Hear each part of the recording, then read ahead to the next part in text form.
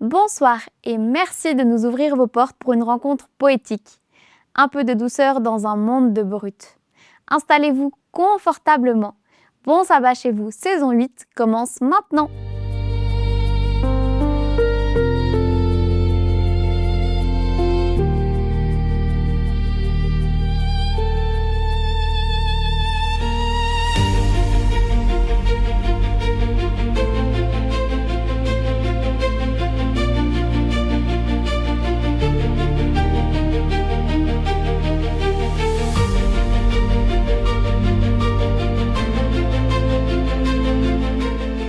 Bienvenue à tous.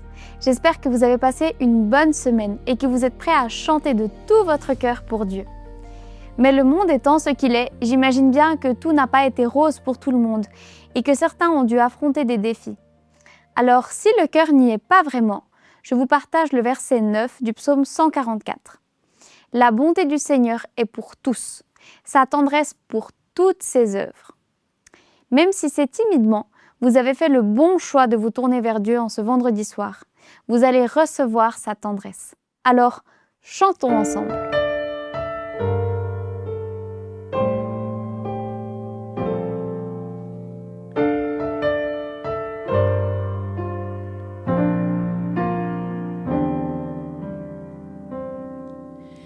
Digne est l'agneau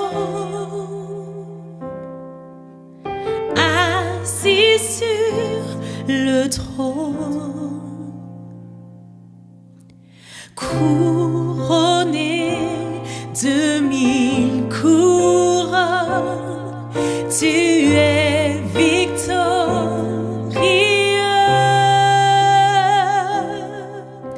Saint élevé,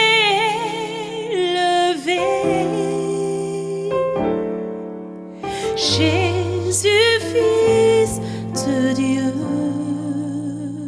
le trésor des cieux fut crucifié.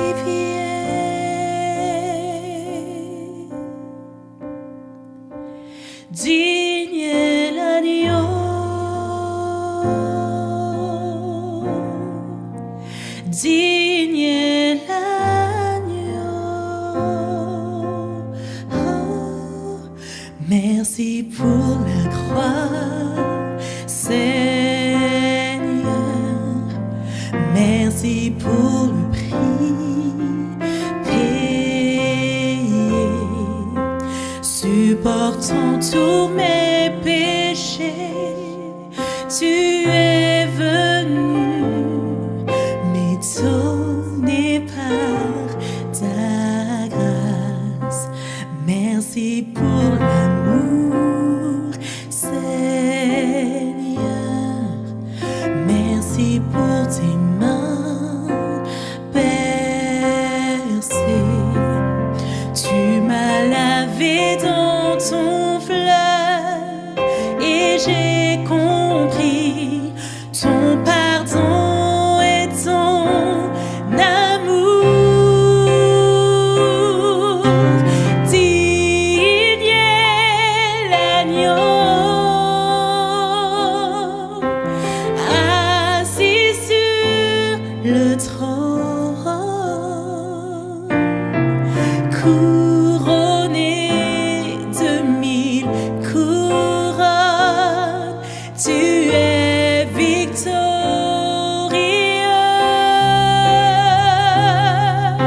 Saint élevé,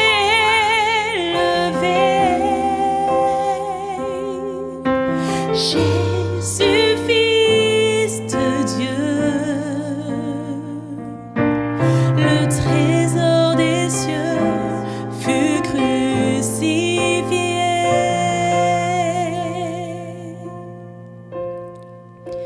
Digne est l'agneau, digne est l'agneau,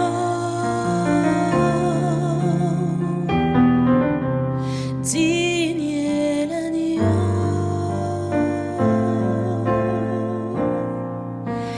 digne est l'agneau. Oh.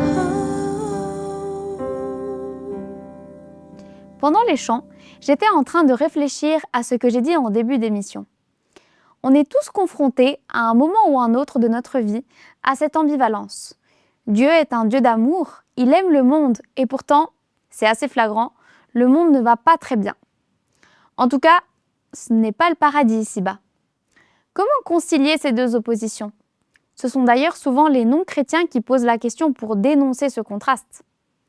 Le psaume 144 que nous allons lire ce soir est un élément de réponse, je pense, à cette grande question. On parlait la semaine dernière du Dieu qui nous écoute. Attardons-nous maintenant sur le Dieu qui combat pour nous. Pour cela, écoutons Emmanuel Studer, notre invité du jour.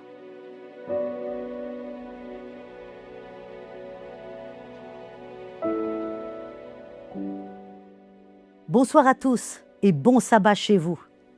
En ce début de sabbat, je vous propose ce soir l'étude d'un psaume merveilleux qui est un peu différent de ce qu'on a l'habitude de lire lorsqu'on se plonge dans ce livre-là de louanges. C'est un psaume de David, c'est le psaume numéro 144. Et je vous propose d'abord de le lire en entier dans la version Louis II, avant d'en faire une analyse peut-être un petit peu plus pointue, verset par verset. Béni soit l'Éternel mon rocher, qui exerce mes mains au combat, mes doigts à la bataille. Mon bienfaiteur est ma forteresse, ma haute retraite est mon libérateur. Mon bouclier, celui qui est mon refuge, qui m'assujettit mon peuple. Éternel, qu'est-ce que l'homme pour que tu le connaisses ? Le Fils de l'homme pour que tu prennes garde à lui. L'homme est semblable à un souffle, ses jours sont comme l'ombre qui passe. Éternel, abaisse tes cieux et descends. Touche les montagnes et qu'elles soient fumantes. Fais briller les éclairs et disperse mes ennemis. Lance tes flèches et mets-les en déroute. Étends tes mains d'en haut.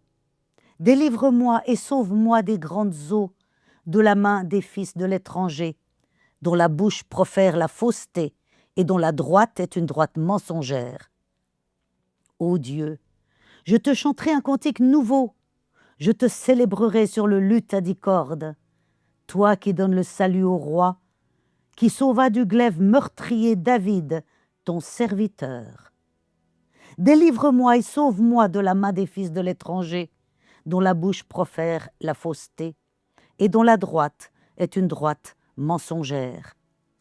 Nos fils sont comme des plantes qui croissent dans leur jeunesse, nos filles comme les colonnes sculptées qui font l'ornement des palais. Nos greniers sont pleins, regorgeant de toute espèce de provisions. Nos troupeaux se multiplient par milliers, par 10 milliers dans nos campagnes. Nos génisses sont fécondes, point de désastre, point de captivité, point de cris dans nos rues. Heureux le peuple pour qui il en est ainsi. Heureux le peuple dont l'Éternel est le Dieu. Ce psaume est un peu différent des autres auxquels nous sommes habitués. Nous y retrouvons les grands thèmes de David, le salut de la part de la main de l'Éternel. Pourquoi ? Parce que David est profondément conscient que tout ce qu'il vit, tout ce qu'il a, c'est grâce à Dieu. C'est Dieu qui l'a nommé roi. C'est Dieu qui l'a fait patienter, qui l'a formé pendant 15 ans à peu près avant de prendre son règne. C'est Dieu qui l'a aidé dans toutes ses campagnes guerroyantes. Il n'y a pas plus grand guerrier que David. Salomon a eu un règne de paix, ce qui n'est pas le cas de David, qui a dû guerroyer régulièrement, et sur la fin de sa vie, de façon atroce, contre son fils. C'était peut-être la plus dure épreuve qu'il ait eu à vivre dans sa vie. Mais revenons à notre psaume, qui en général, ces chants de louange, sont des cris de David et des prières et des cris à Dieu, d'abord des interpellations, ce qui n'est pas le cas dans ce psaume 144. Or, David ici commence différemment. il commence par une louange à l'Éternel. Il dit ceci, « Béni soit l'Éternel, mon rocher ». N'est-ce pas merveilleux? Béni soit l'Éternel. Il commence par une prière et non pas par un cri de détresse, comme souvent dans ces autres temps de louange que sont ces psaumes. Béni soit l'Éternel, mon rocher, qui exerce mes mains au combat, mes doigts à la bataille. Vous voyez, je disais tout à l'heure à quel point David avait cette conscience que Dieu est la source de tout, que Dieu est aussi celui qui l'a entraîné à la bataille, c'est celui qui l'a exercé, c'est celui qui l'a protégé. Et ce psaume 144 pourrait se diviser en différentes séquences. D'abord, justement, une louange au Dieu protecteur. Ce sont ses premiers versets. Ensuite, David va prendre conscience de la petitesse de l'homme, à quel point l'homme est insignifiant et à quel point Dieu est grand. Ensuite, il va y avoir une prière pour la délivrance et la conclusion, ce sera justement un cantique nouveau pour une vision de prospérité et de réjouissance. Béni soit l'Éternel. Qui est l'Éternel? Mon rocher. Il exerce mes mains au combat. C'est lui qui fait tout. C'est lui mon bienfaiteur, ma forteresse, ma haute retraite, mon libérateur, mon bouclier, celui qui est mon refuge, celui qui m'assujettit, les peuples ou mon peuple. Vous voyez toutes les qualités que Dieu reçoit et dont David a conscience. C'est lui qui m'exerce, il est mon rocher, mon bienfaiteur, ma forteresse, ma haute retraite, mon libérateur, mon bouclier, mon refuge, et c'est celui qui m'assujettit les peuples. La liste est extraordinaire. Pouvons-nous, nous aussi, dans notre quotidien, regarder notre vie, l'étudier un peu, prendre conscience de toutes les fois où Dieu, dans son amour immense, est notre rocher, notre refuge, notre bienfaiteur. Bref, la source de tout ce qui m'arrive de merveilleux, de protecteur et de bon. Mon libérateur et mon bouclier, n'est-ce pas des termes absolument merveilleux, même si on n'est pas en temps de guerre. Un bouclier, tout le monde le sait, on en parle même de bouclier des ondes, de bouclier d'autres choses. C'est un terme qui est assez générique pour dire que c'est une réelle protection, un bouclier. Dieu est-il votre bouclier? Dieu est-il mon bouclier? Suis-je consciente de cela? Et suite à cela, David va prendre conscience justement du rôle de l'homme dans tout cela. Que l'homme n'est pas bien grand et que c'est pour cela qu'il a besoin d'un bouclier. Si l'on va dans Timothée, justement, Paul est très clair avec Timothée. Dans 1 Timothée, chapitre 6, verset 12, il va lui dire « Combat le combat de la foi, saisis la vie éternelle à laquelle tu as été appelé et pour laquelle tu as fait une belle confession en présence d'un grand nombre de témoins. » En fait, avons-nous conscience que nous sommes toujours dans un combat spirituel, dans un combat où Dieu nous aide, où Dieu nous enseigne, comme à David, à aller de l'avant et à tenir bon. Et je vous propose justement aussi de faire un petit saut dans l'Épître aux Éphésiens au chapitre 6. Paul va dire ceci à cette église, Éphésiens chapitre 6, et au verset 10 à 18. Là aussi, nous avons une liste merveilleuse par rapport au combat que nous menons. Il n'y a pas que le combat contre la maladie, le combat contre le problème de devoir payer ses fractures, etc. Nous avons une vraie guerre à mener, un vrai combat spirituel. Éphésiens 6, verset 10 et suivant. « Au reste, fortifiez-vous dans le Seigneur, par sa force toute puissante. Revêtez-vous de toutes les armes de Dieu, afin de pouvoir tenir ferme contre les ruses du diable. Car nous n'avons pas à lutter contre la chair et le sang, mais contre les dominations, contre les autorités, contre les princes de ce monde de ténèbres, contre les esprits méchants dans les lieux célestes. C'est pourquoi prenez toutes les armes de Dieu afin de pouvoir résister dans les mauvais jours et tenir ferme après avoir tout surmonté. Tenez donc ferme, ayez à vos reins la vérité pour ceinture, revêtez la cuirasse de la justice, mettez pour chaussure à vos pieds le zèle que donne l'évangile de paix. Prenez par-dessus tout cela le bouclier de la foi, avec lequel vous pourrez éteindre tous les traits enflammés du malin. Prenez aussi le casque du salut et l'épée de l'esprit, qui est la parole de Dieu. Faites en tout temps, par l'esprit, toutes sortes de prières et de supplications. Veillez à cela avec une entière persévérance et priez pour tous les saints. Prions-nous pour nos frères et sœurs.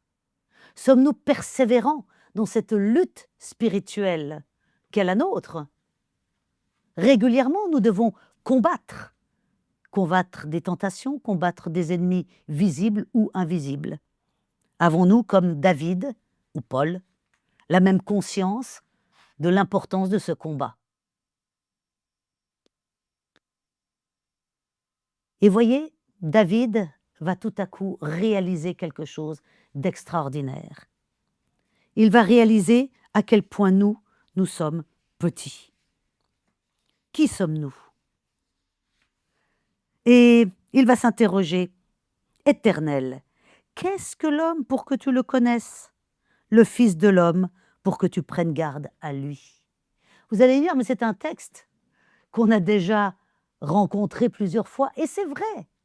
Et c'est vrai, cette interrogation qui est connue plutôt sous la forme dite dans le psaume chapitre 8, verset 5, « Qu'est-ce que l'homme pour que tu te souviennes de lui ?»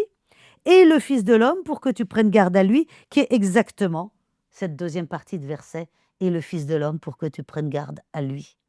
David, par 2 fois, dans le psaume 8 et dans ce psaume 144, prend conscience de notre petitesse et du fait que Dieu s'occupe de nous, que Dieu s'intéresse à nous. Job avait aussi cette conscience, parce qu'on retrouve cette interrogation 2 fois dans les psaumes et aussi 2 fois chez Job. Chapitre 7, verset 17, « Qu'est-ce que l'homme pour que tu t'en fasses tant de cas, pour que tu daignes prendre garde à lui ?»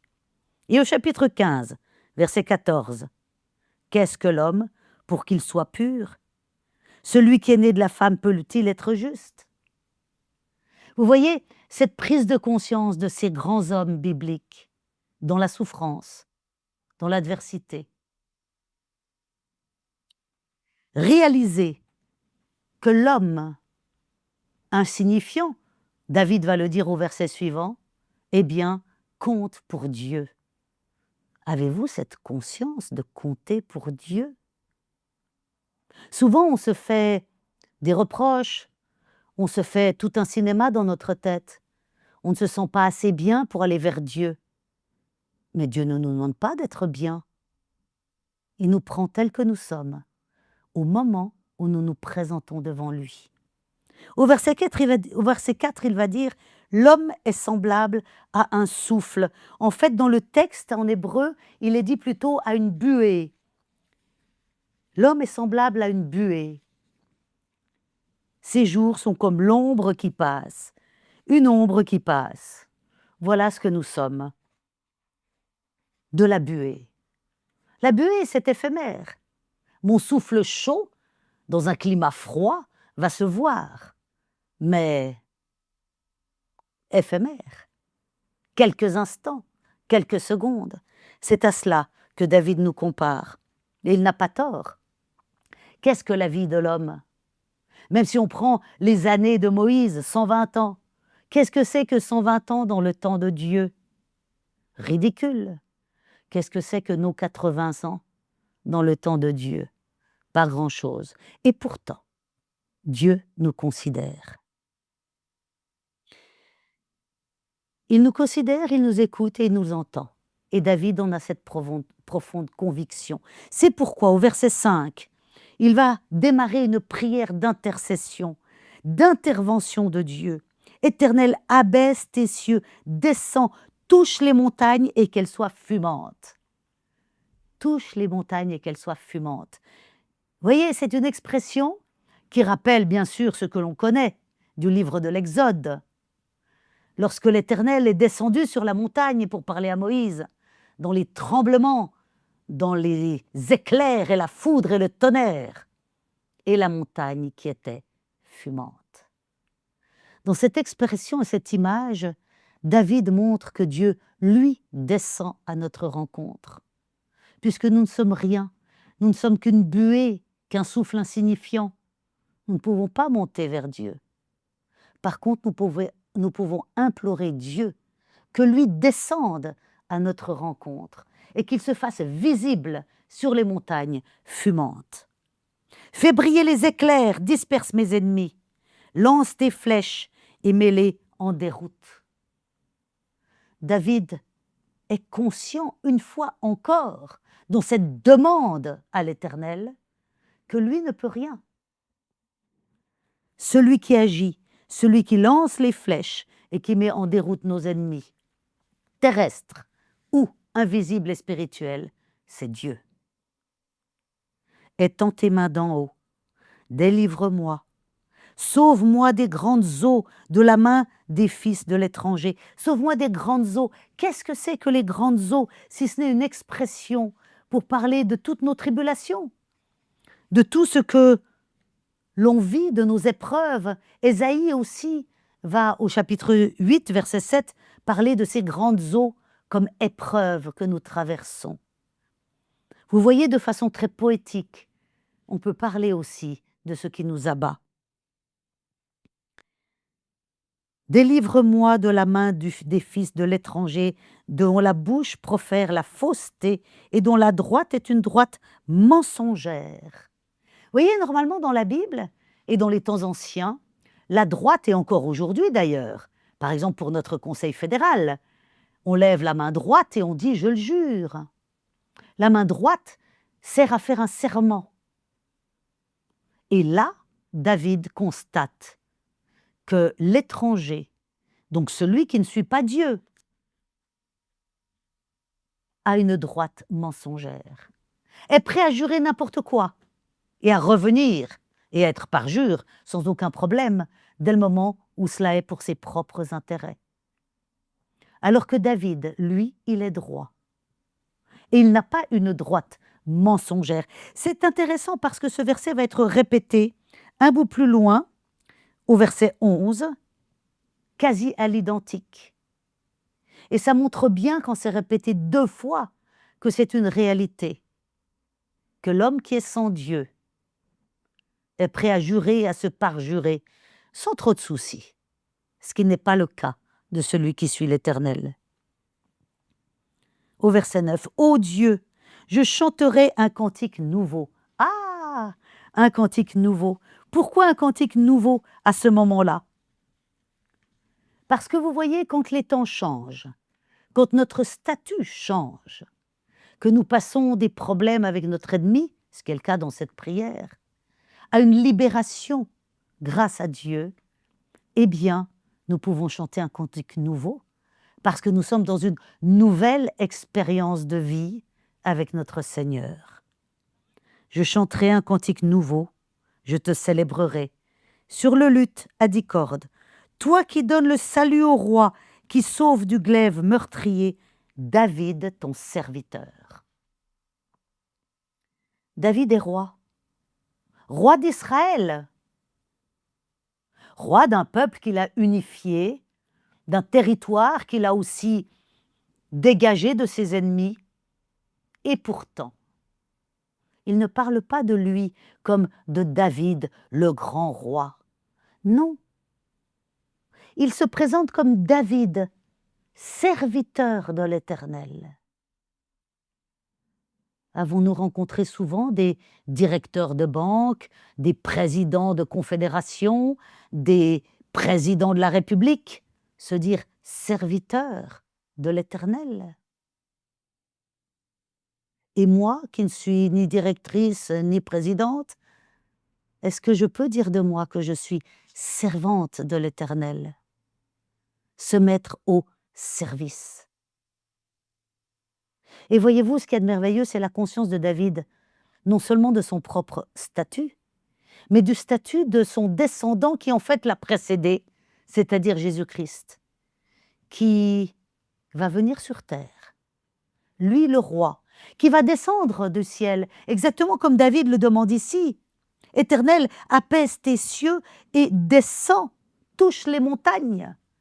Jésus est descendu sur terre. Et il s'est mis à notre service. Il est devenu notre exemple. Sommes-nous au service des autres? Sommes-nous des serviteurs de l'Éternel? Et voilà, il va répéter au verset 11, « Délivre-moi, sauve-moi de la main des fils de l'étranger, dont la bouche profère la fausseté, dont la droite est une droite mensongère », comme il l'a dit plus haut, au verset 8. Mais ce qu'il y a de merveilleux, c'est qu'il passe justement à cette nouvelle alliance avec ce nouveau cantique. Nos fils sont comme des plantes qui croissent, nos filles sont des colonnes sculptées. C'est intéressant. David donne une place aux filles, mais pas que David. Dans toute la Bible, la femme a une place importante. C'est quand même la seule société qui, malgré tout, donne une place importante à la femme. On nous parle de Sarah, on nous parle d'Agar, ou même Dieu va parler à Agar. On nous parle de toutes ces femmes. Et là, David va dire que non seulement le fils est important, parce qu'il croît comme une plante dans sa jeunesse, mais les filles sont des colonnes sculptées qui font l'ornement des palais. C'est vrai que la femme de tout temps a une place extrêmement importante dans la maison, dans le palais. C'est elle le soutien et le pilier de la maison. C'est elle qui fait les tâches ménagères, qui sont extrêmement importantes. C'est elle qui élève les enfants lorsque le mari est au travail. C'est elle qui est le centre de la famille et qui est donc une colonne essentielle à cette famille. Et David continue dans sa louange à Dieu de ce nouveau monde, de ce cantique nouveau. Nos greniers sont pleins et ils regorgent de toute espèce de provision. Non seulement ils sont pleins et ils regorgent, mais de toute espèce de provision, c'est-à-dire aussi de variétés différentes. C'est important aussi d'avoir un régime varié, non seulement abondant, mais si possible varié. Nos troupeaux se multiplient par milliers, par 10 milliers dans nos campagnes. Des génisses sont fécondes. Point de désastre, point de captivité, point de cris dans nos rues. Ce qui veut dire que la muraille, le bouclier qu'est l'Éternel, permet d'avoir une cité en paix. Point de cris. L'Apocalypse va en parler aussi. Ce livre de la Révélation qui nous parle de la nouvelle Jérusalem et qui nous dit qu'à ce moment-là, lorsqu'elle arrivera, il n'y aura plus de pleurs, de grincements de dents, ni de cris. Vous voyez à quel point les cris sont quand même l'évidence qu'il y a un problème. Plus de cris, la paix. Non pas un silence morne et triste, mais plus de cris de douleur, de cris d'horreur, de cris de peur. Et David de conclure. Heureux le peuple pour qui il en est ainsi. David prend conscience que le peuple qui peut vivre ça est heureux. Mais il va plus loin, parce que la deuxième partie de ce verset dit ceci, « Heureux le peuple dont l'Éternel est le Dieu », c'est-à-dire heureux le peuple qui a conscience de ses privilèges parce qu'il est sous la bonne garde et sous la main de l'Éternel. Puissions-nous, nous aussi, comme David, prendre conscience que nous sommes insignifiants, mais que nous avons une place énorme pour Dieu. et que contrairement aux apparences, Dieu descend nous rejoindre. Dieu se fait identique à nous, abordable, accessible en Jésus-Christ, afin que nous aussi, nous soyons un peuple heureux, heureux parce qu'il en est ainsi pour nous, et heureux parce que nous avons choisi l'Éternel pour Dieu. Je vous souhaite un très très bon sabbat chez vous.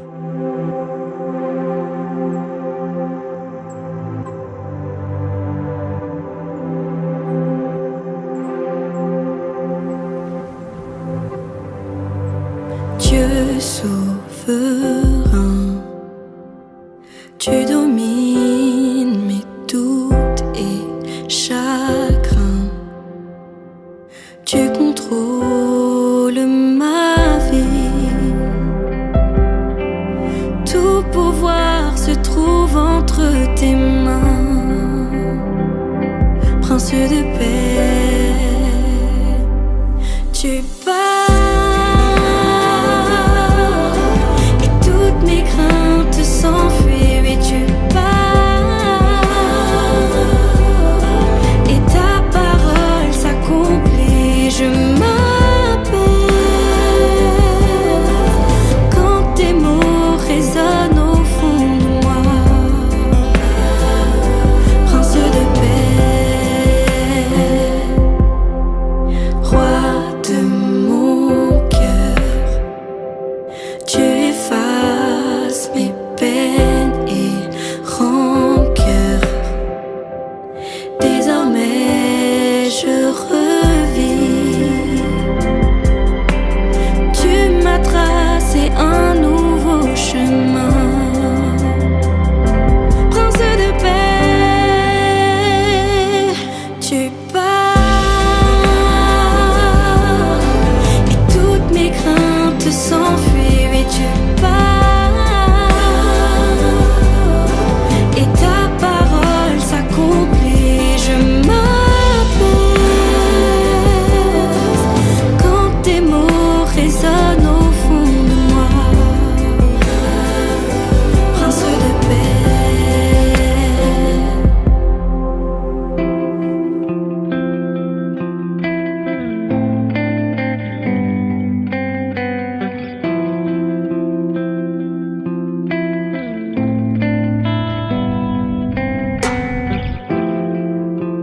Lorsque je tremble, ta main me saisit. Et si je sombre, ton amour me suffit. Tu calmes les vents, même la mer t'obéit. Quand tu pars, oui, quand tu pars. Lorsque je tremble, ta main me saisit. Et si je sombre, ton amour me suffit. Tu calmes les vents, même la mer t'obéit. Quand tu pars, oui, quand tu pars, tu pars, oui, quand tu pars, tu pars, oui, quand tu pars.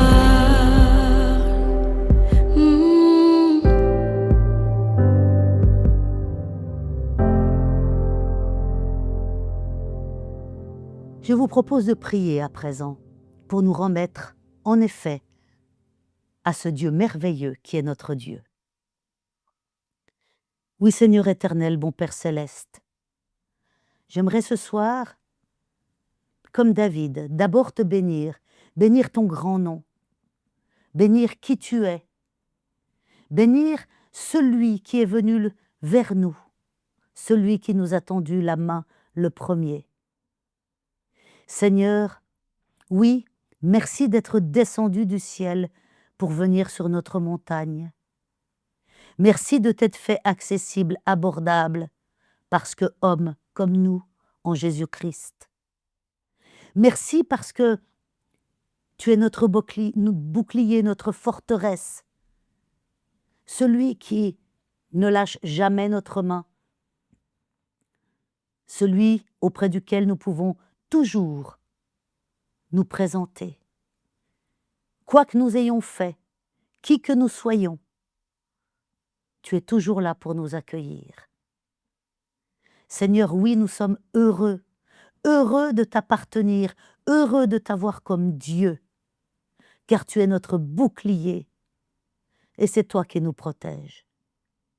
Seigneur, viens avec ton esprit en nous, afin que nous soyons protégés spirituellement contre les traits du malin, de l'intérieur, par ta douce présence en nous, afin qu'aussi nos actes et nos paroles puissent être à ta gloire, Seigneur, pour ceux qui nous observent, et qu'ils puissent te découvrir, et qui sait, faire la même rencontre merveilleuse que nous faisons nous tous les jours, à ton contact, et qu'ils puissent eux aussi chanter un cantique nouveau pour ta gloire, Seigneur.